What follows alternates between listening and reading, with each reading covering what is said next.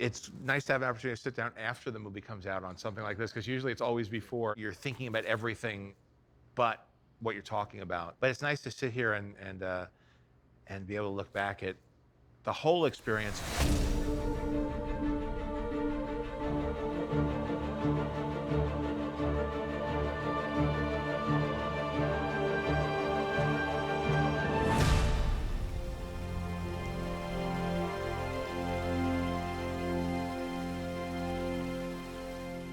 I'm just thinking back, John, to the first time that we walked up to the 6th floor at Disney, where Alan Horn, who hadn't long been at the studio, but had a real passion for this title. And I think was that the first time you guys met? Alan had taken me to lunch, and we had scheduled it pretty much when he took the job. Okay. And it just so happened that our lunch was the day that Star Wars was announced. Oh my so goodness. It looked like we were going to lunch, me and the head of the Oh, studio. that tongue's wagging, yeah, all over Exactly. town. Yeah. And so I had just a general with him, and it was very nice. And then the call came that, you know, he really wants to talk to you about Jungle Book. And my first instinct was, what do you do? I don't really have a take on that. Yeah. I know. Do you know it? Oh, I know it well because of his passion. Just come in and hear what he has to say. And so I came in, and then he, you know, then it went into. I grew up with the Disney version. I feel like there's an opportunity to tell the story in a way that stays true to the conceits of the literary version, with talking animals and all this stuff. I said, I'm concerned about this. It had all this interaction and how difficult, all the things we talked about. And he says, well, why do you have to, you know, why are you constrained by the real jungle? You could build whatever you want. Then I'm like, oh, wow. Build an entire world, shoot the minimum amount with the kid, and then if you plan it right, you could make it look seamless. You gotta start from the Disney history, because there are people who know it inside and out. People have a vested interest in how these things come out, and they feel protective of it. And I, as a fan, feel the same way. I was born in the 60s, I grew up in the 70s. Disney was in full force throughout my childhood, and visits to Disneyland and Disney World shaped who I was as a person. John came in early in the process. We knew the 67 film very well, but we were looking at the Kipling stories and trying to figure out, well, the tone necessarily changes when you're looking at a live action aesthetic, and so what do we want to pull from Kipling? And there's a lot of interesting and kind of dense material there. The first version that was presented to me of how they were breaking the story was pretty far afield from the animated film. Oh, boy, I've seen everything in these woods. It was geared, I think, more towards being a PG-13 movie. It seemed from the little bit of a treatment that they came up with. There was definitely a lot more violence and no music, and structurally it matched the Kipling more, where Baloo was in from the beginning, and I don't even think King Louie was in it. Crazy. I grew up with Jungle Book. I don't even remember when I saw it for the first time, but I remember everything about it, and I know the music, and I know the characters, and I remember having dreams about it. Yes, man cub, please go to sleep. And so when I was brought on board, my instinct was to definitely pull it back towards the film I remembered and figure out where that sweet spot was. Yeah. Where it wasn't going to be a G-rated musical, but I didn't want it to be something that was so intense that it couldn't have the tonal variety that the classic Disney films had. The stuff that fascinated Walt is fascinating to me. I love how he dealt with those challenges. I appreciate what he aspired to, and the way he curated a collection of stories using very old fairy tales and folklore and myths, and found a way to present them to a new generation using new technology. Well, it sounds pretty good. In fact, that's just the right spirit. There were a lot of aspects that I wanted to tap into to help connect us back to the source material. Have I given you a clue? Golly, thanks, Baloo. The bare necessities of life will come to you.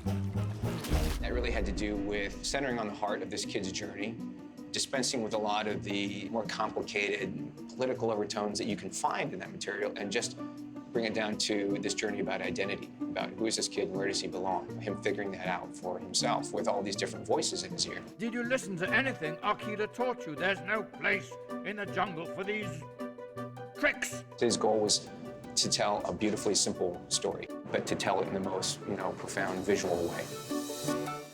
We open it up with a completely analog version of the opening castle. I think we saw Bambi, and we saw the behind the scenes and the multiplane camera and what the new innovation was, and then it was something about, well, what if we did that for the opening instead of doing But the we CG went version? all the way, because it started off as like, let's have a multiplane shot in 3D, and then it turned into, let's actually have it painted on cells. Yeah. That's really something that I really wanted to do, and then shoot it in Technicolor, where I shoot it with a red filter, green filter, and a blue. Actually, my son shot it, and then we would set it up exactly. And actually, what we found out is the math to actually do these multiplane things like they did, really hard. I thought the fun part too is that we started with that, so now it's kind of Disney of old, so it's not like we're nodding to the past. And then it turns into the new version of a multiplane with camera, the music from the original Jungle Book and the shot from Bambi. And I also like the other Easter egg is, of course, the book. Yeah. Oh, the book was fun. Yeah, too. the that was book great. That you actually got to The run the sacred book. camera on, and because that was the whole thing, is that the first movie opens with the book opening up on blue velvet. You go into an illustration, and then it transitions into the.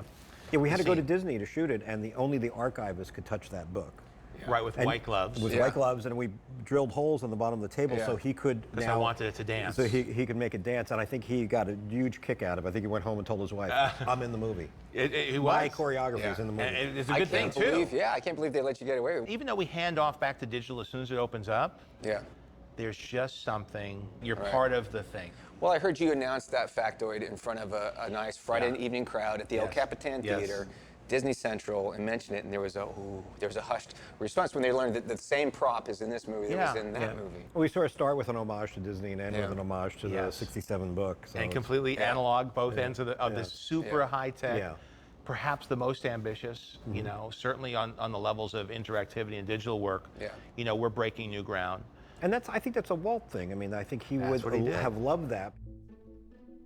Walt at his time was cutting-edge technology. When he was developing these animated films, starting back from Snow White, there was a stenographer in the room. And so in the archives, there's the actual conversations that went on as they developed these movies. And as we look at the stuff that they were dealing with on their films, it sounds like the same things that we're wrestling with technology, with schedule, with the talent of the artists, of recording the performers. How do you make the animals talk? As we feel like we're out in fresh snow with no tracks, using technology nobody's used before, doing something in a way nobody's ever done it. You hear other people 75, 80 years ago having the same conversations with a different context. And that's fun.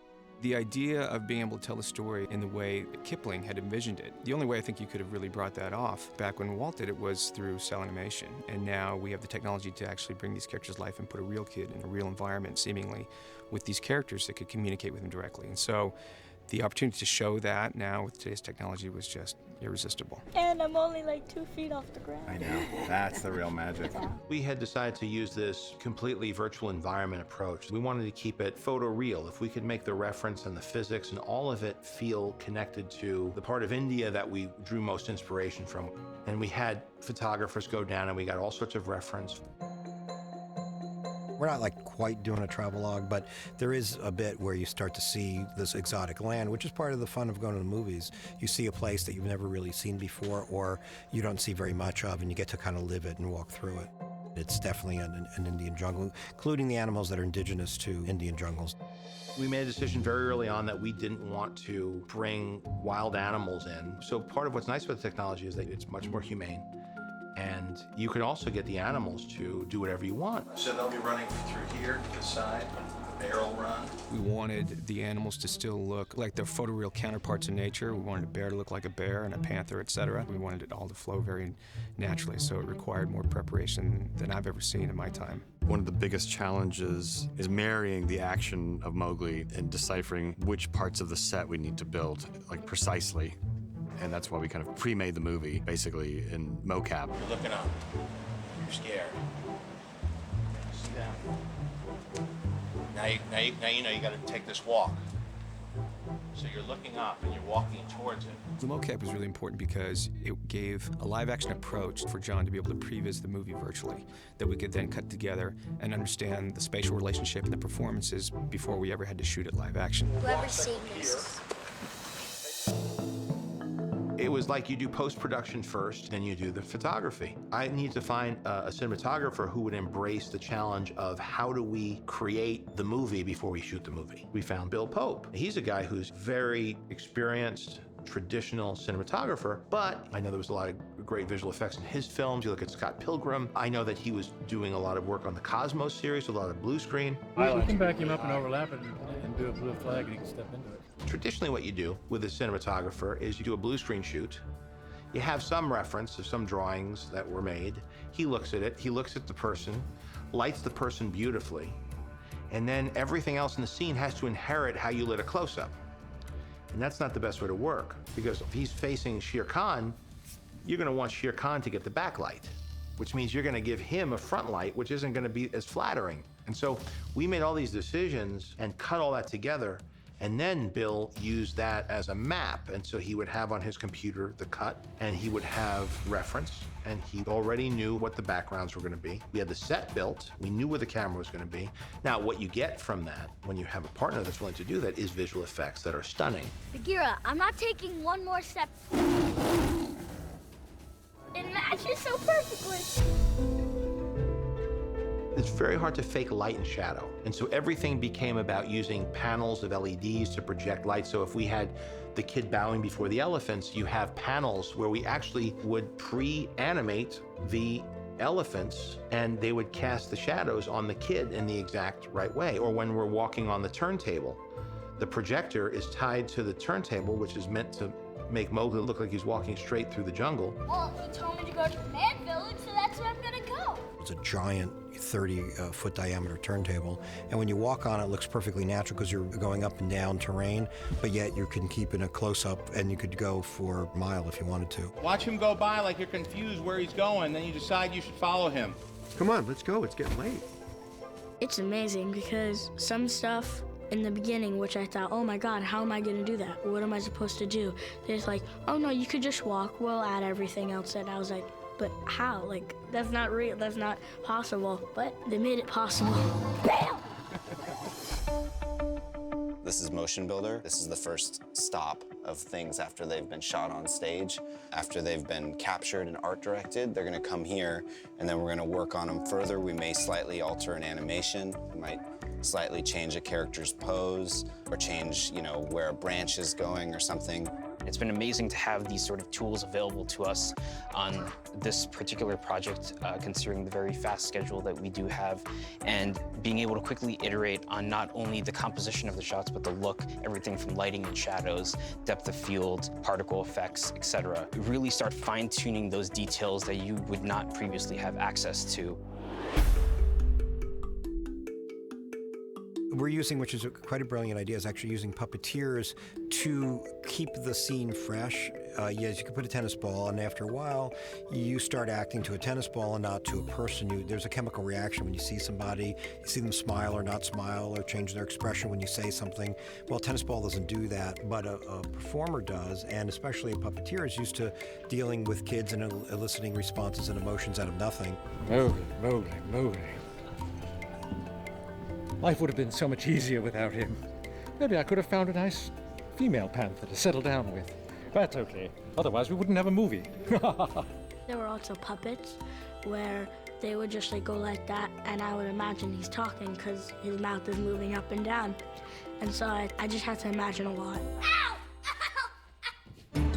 We have these many creatures from the picture. We have our Raksha and our Bagheera here. They started out as reference points when we're doing motion capture. We've carried those since last year into the live action shoot and used them as eyeline props and reactive props. Bagheera! I was looking everywhere for you. I thought you were gone. Are you all right?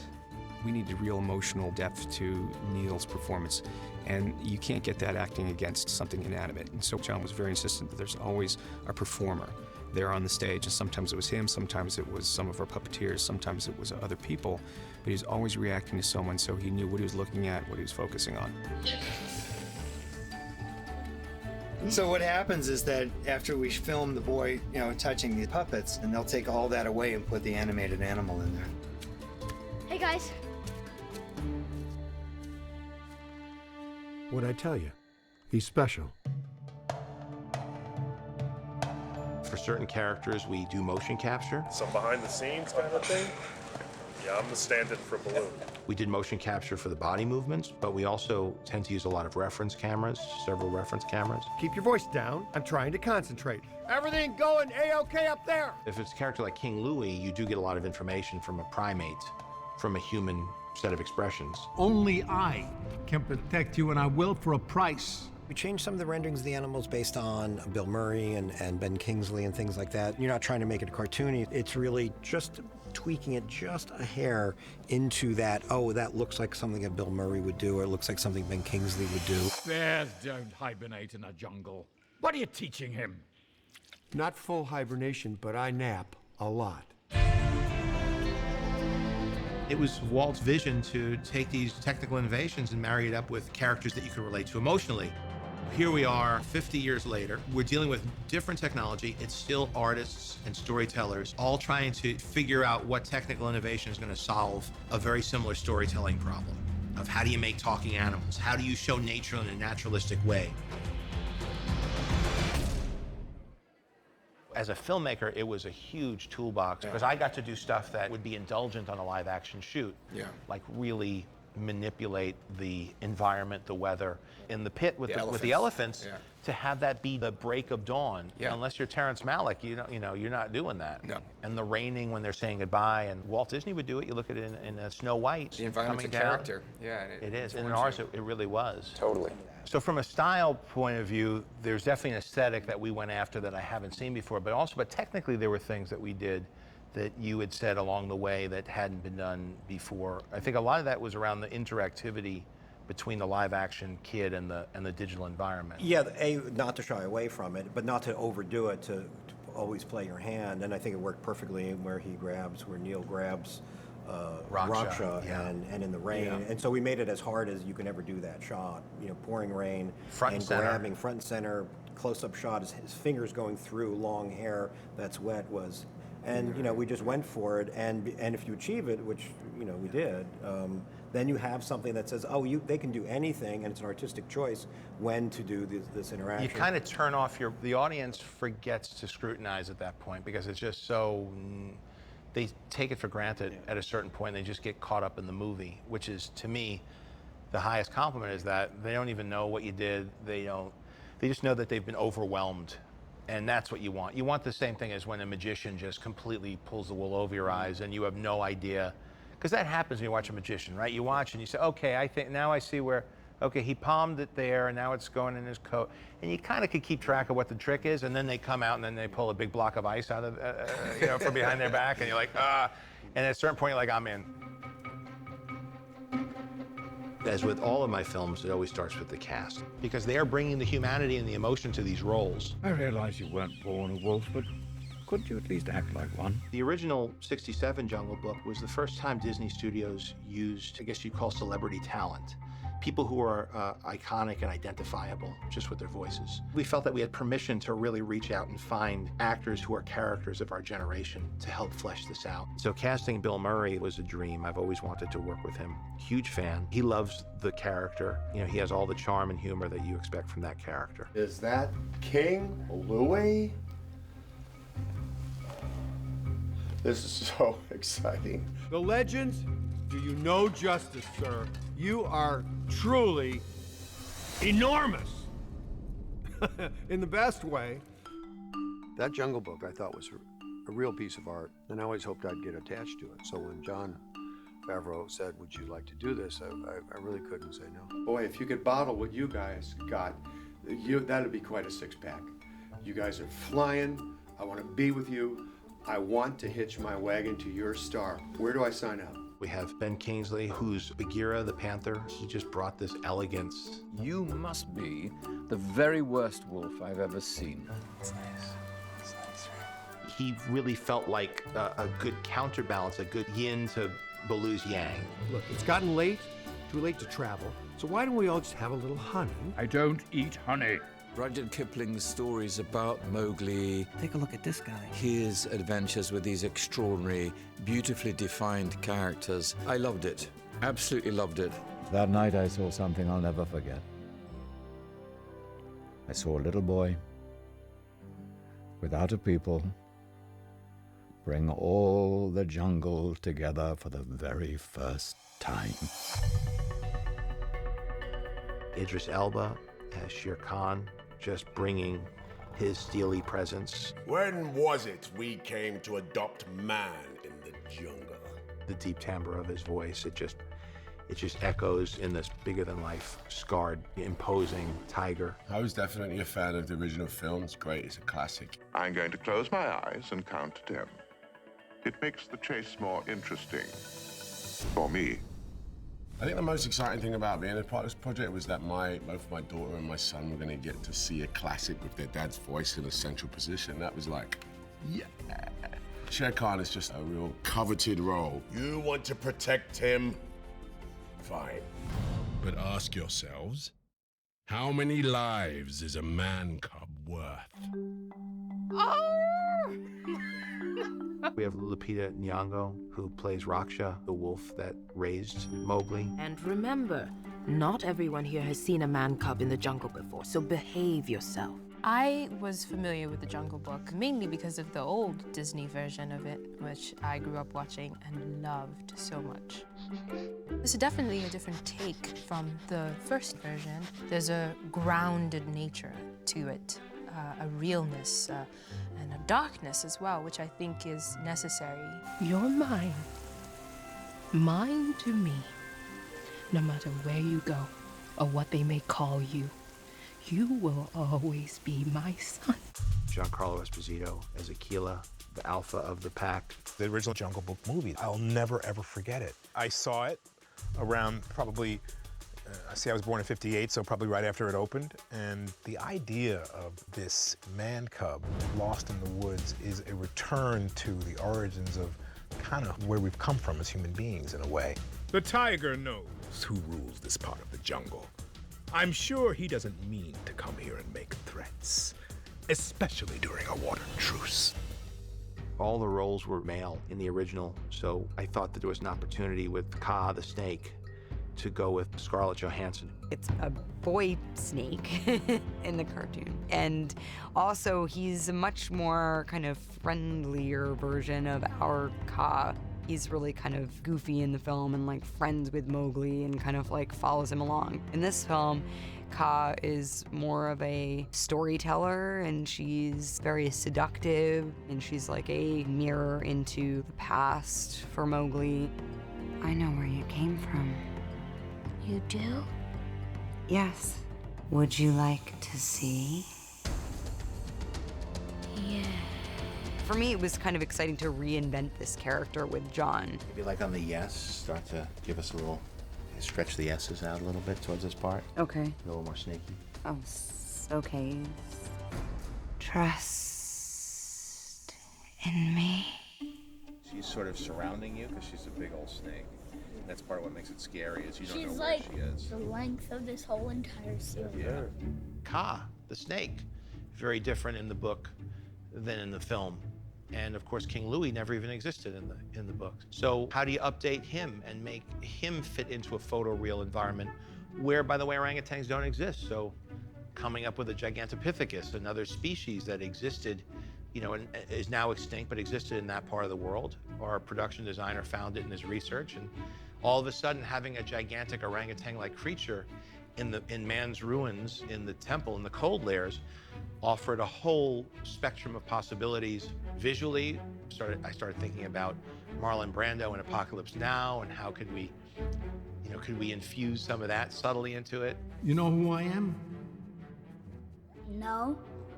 I am the king of the Badalag. Call me Louis. You know, Christopher Walken, interesting reimagining of the King Louis character. Kid, I got ears. My ears got ears. You want to live here? You need a people to protect you. Well, it's the Jungle Book. You know, it's a classic story. I had seen it when I was younger. For me, it's trying to live up to the size of King Louis. Once you have it, you rise to the top of the food chain.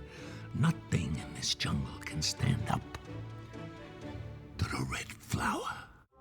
I believe it's Gary Shandling's last film, who's a dear friend of mine. He got to be the voice of Icky the Porcupine, who's not in the '67 film. My leaf. But is, you know, one of the classic old characters from the Kipling. Oh, that's my stick. I like this stick. No, seriously, that's this my is stick. My stick. No, that's my stick. It's a water truce. And he just turns this little part into something that's really entertaining, and I really love that I hear his voice. It's a bit bittersweet. I would have loved to have shown him the final product. He saw stuff as we were working on it, as usual, very supportive and enthusiastic, and when he would get excited, it would make you excited. Oh, sorry, my bad.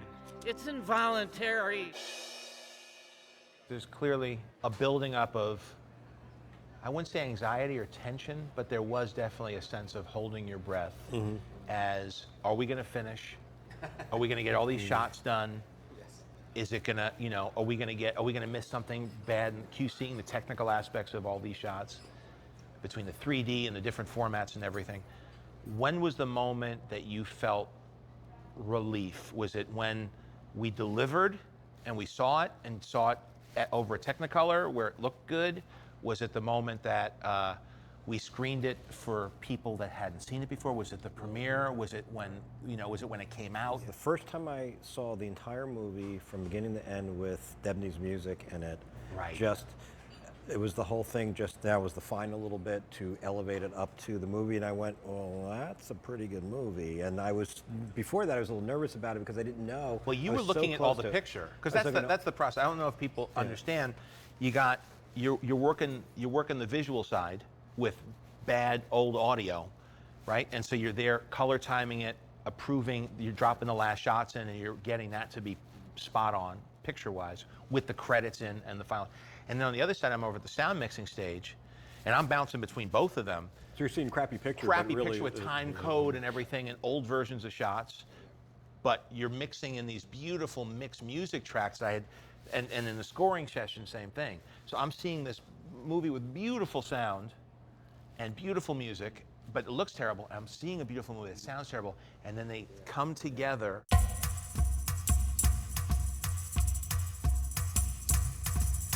John Debney's a guy I worked with since Elf, but I knew he grew up on the lot at Disney. He knew Walt, he knew Richard Sherman. What would he bring to it? How could we evoke a classic Disney score that nobody's heard before? And how could we combine some of the old themes and songs and movements with some new themes that he came up with? My father worked for Disney for almost 40 years. And when I was a youngster, they were making this incredible magical film called Jungle Book. What have we here? When we got wind of it, that Disney was going to make a new Jungle Book using this amazing technology, it was a no-brainer to kind of think, boy, if I could do anything, it would be Jungle Book. Today we have, I believe, a 104-piece orchestra. It's not that often that you're able to get that, and I think it's, honestly, it is truly a testament to John's vision. Whoa, elephant. And one of the things that John told me early on is that he wanted this classic orchestral Disney sound because he wanted it to be timeless. With that sound, there are loads of ethnic instruments. It's a world soundtrack, but based in very classical, timeless orchestral approaches, but with these hints of color along the way.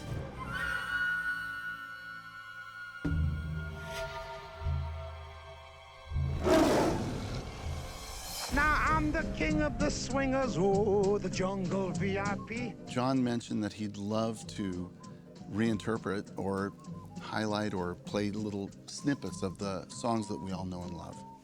I mean, I blew a gasket on that. That was like, you mean I get to work with Dick Sherman's and Bob Sherman's, their music. This is a very special day for me for many, many reasons. First of all, years ago when I was working on Jungle Book, we had a small ensemble playing the songs. It was just an intimate kind of Dixieland relaxed situation, and particularly doing I Want to Be Like You. Now I come in today, and there's 104 brilliant musicians, an entire symphony orchestra, playing the same song, but totally differently, totally new. It's all a whole new thinking about the material that we wrote many years ago. Ooby-doo, I want to be like you. I want to walk like you, talk like you. You'll see it's true.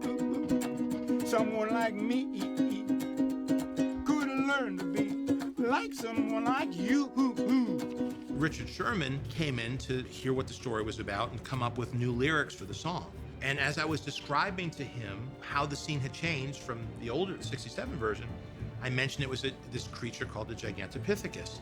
And then he stopped me. And he said, wait a second, give me that word again, Gigantopithecus. And then the wheels started turning, and then he got a paper and pen, and then he came up with... Now, you might think it's ridiculous that me, a Gigantopithecus, would ever dream I'd like to team with the likes of you mankind. He knows that, if you get the right word and the right lyric and the right thing, it's catchy. And it feels like something, like a lyric that might have been cracked out of a vault from when the movie was made. Same sensibility, same sense of humor. You should do this professionally. Oh, yeah. Oh, how magnificent it would be! A Gigantopithecus like me could learn to do like you humans do.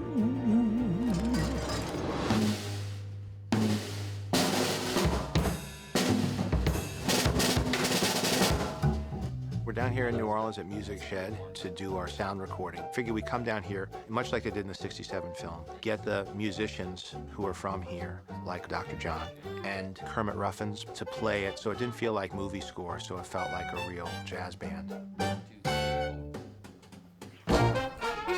Look for the bare necessities, the simple bare necessities. Forget about your worries and your strife.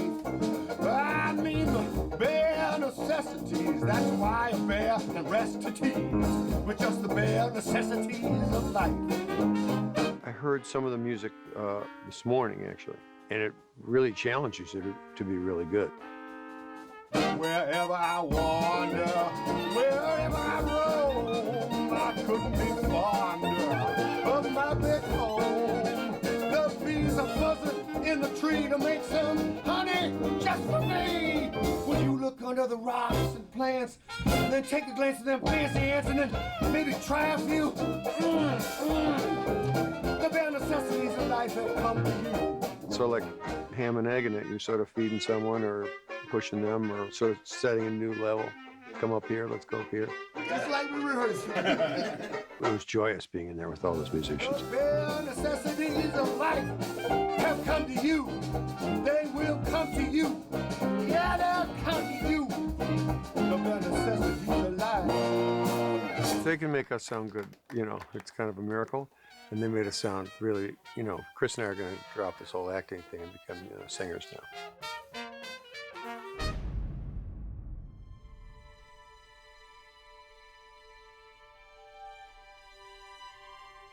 100 years ago, you had the Kipling stories. 50 years ago, you had the animated feature, and now here we are today.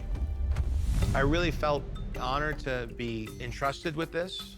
I don't think at the beginning any of us understood how important this movie was and how deep the memories were. The magic about the Jungle Book that every child can identify with this feeling like the only one of your kind. I certainly did. An orphan creating a family around him, which is, I think, a very poignant part of John's version of the film.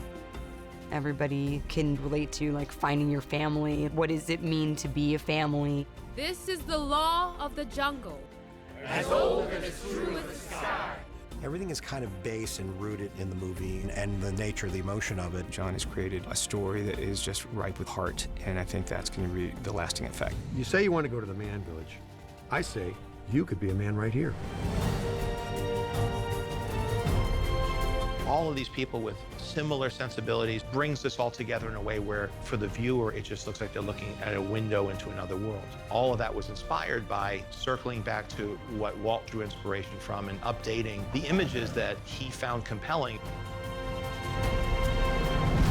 You have a good story you're all telling together, the good things happen.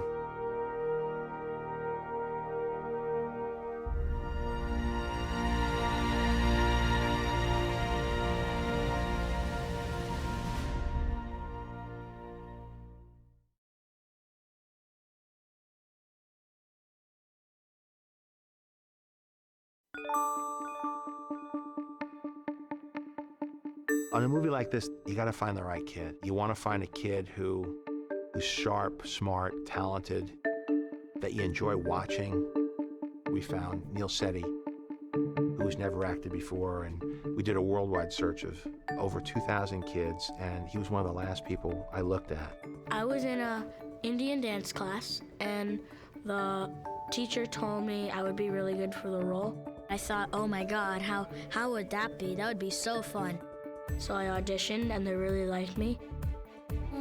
How did I get here? I remember from the first time I saw an audition that he did, I just liked watching him. I love playing sports, and I'm very good at karate. I'm a red belt, and I'm gonna do a trick for you. I don't need no stunt double. His personality in real life that comes across with extreme authenticity in the film, I just find charming and compelling, and he's just clever. I was in a hotel in LA. The producer called. She said, "You got the role, guys." And I literally was like flipping and jumping, and it was really cool. It was fun. I'll do it. Neil's like somebody I would have grown up with. Very familiar to me. This one last one. Good luck. Yeah. So to me, he feels like whatever Mowgli represented to me.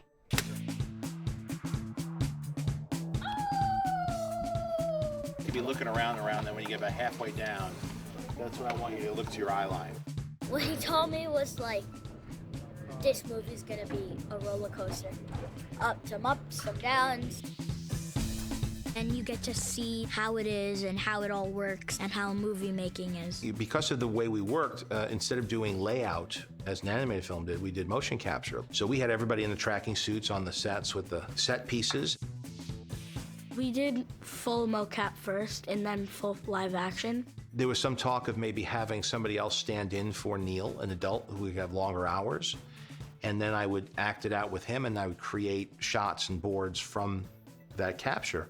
But it became clear quickly, like, let's get Neil out here. Let's start working with him. I didn't really understand what the big technology was, because I was 10 at the time, and now I'm 12, and I still don't understand, because it's very advanced, and like, only the people who work on it will know everything about it. I saw it, and it was so cool that like how at first it was a piece of styrofoam or it was a puppet, but now it's like a real tiger or a bear or a panther. Bagheera, I'm not taking one more step. It's crazy. Every morning at like 5 a.m., an hour and a half of makeup, where they would have like dirt or mud or something. They would airbrush it, and it had to be cold because there was air like coming out of the little tube, and they would airbrush it all over my body because I was practically naked. I was just wearing a diaper, but everybody called it a loincloth. And so, wait, what? Why are you guys laughing? You can say that. I think that's fine. It's a diaper. We were really lucky to have John find Neil, who is amazing. He's a complete natural. In our very first fitting in New York City, he was dancing in a loincloth and completely at peace with that being his new reality for the next, X amount of months of his life. I had like 9 different diapers. One was for mud, one was for rain, one was for like the hero look.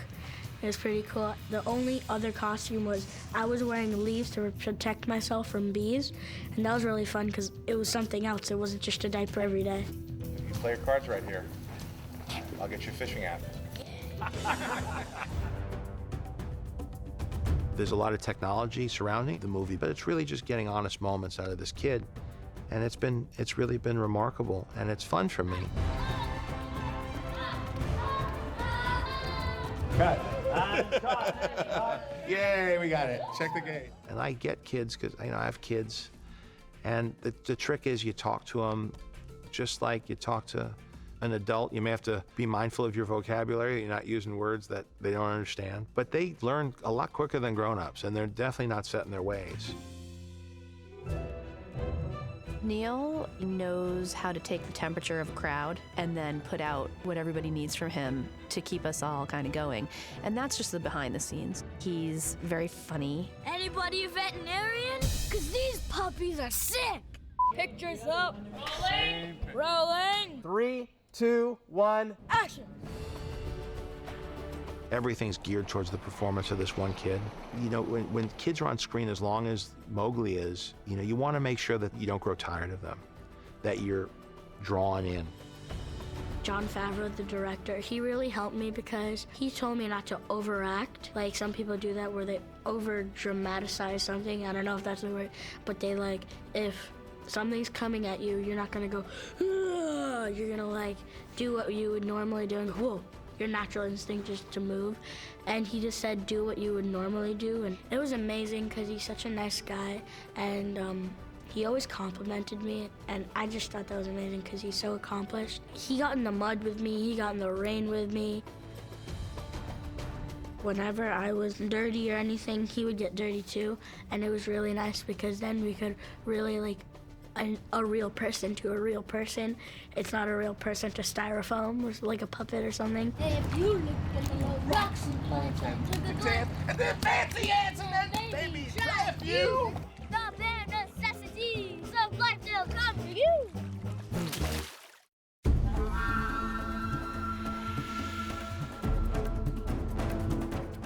I trained in parkour in the beginning before we started shooting and stuff with Travis, the stuntman.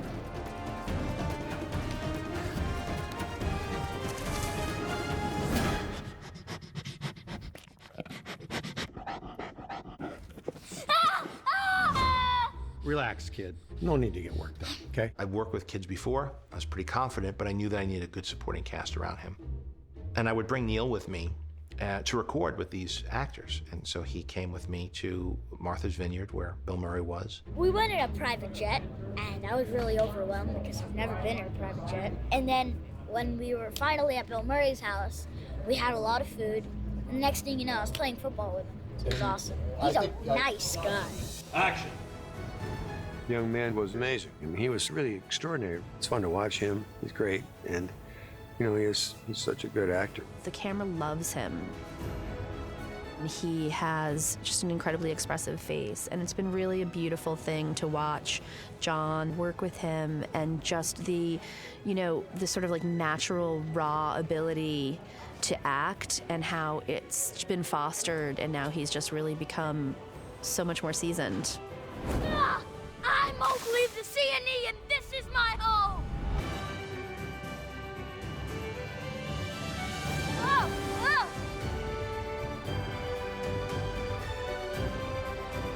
When we wrapped, Neil said, I've been working on this movie a 10th of my life. And it's true. It's crazy because I never thought it would end. Because it was a long movie, it was 9 months, and I heard usual movies are like 3 months or something. It was really fun though. Many strange tales are told of this jungle, but none so strange as the tale of the cub we call Mowgli.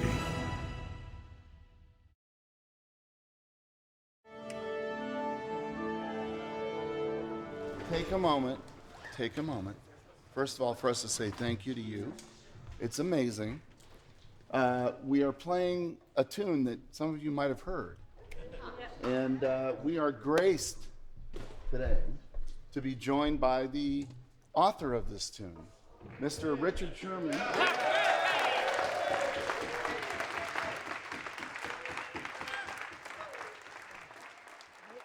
I'm so honored to be here. What a symphony. Look what a massive sound it is. It's great and it's wonderful and I'm thrilled. God bless you all.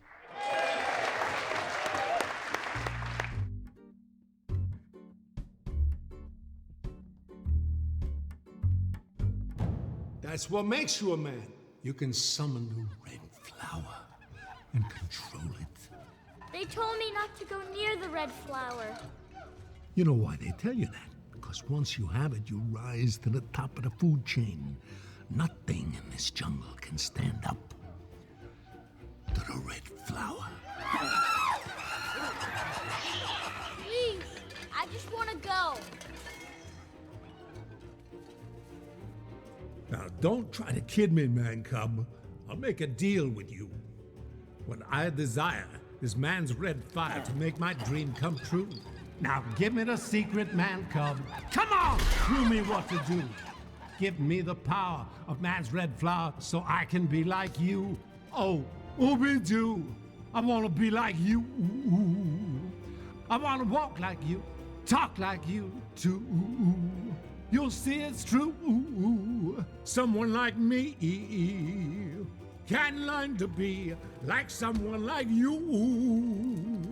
Now, you might think it's ridiculous that me, a Gigantopithecus, would ever dream I'd like to team with the likes of you, man cub. But together we'd have powers, all the jungle's treasures ours. I got desire, you got the fire, but the dream I dream takes two. So, I want to be like you. I want to use that flame just the same as you can do. Oh, how magnificent it would be. A Gigantopithecus like me could learn to do like you humans do. Just one thing we need to reach our full potential. Bring me that red flower, and we will rule this jungle. I will protect you, and you will want for nothing ever again. I can't. You can't or you won't. I can't. You will! Excuse me? Anybody? Excuse me, am I in the right monkey temple? Seize him.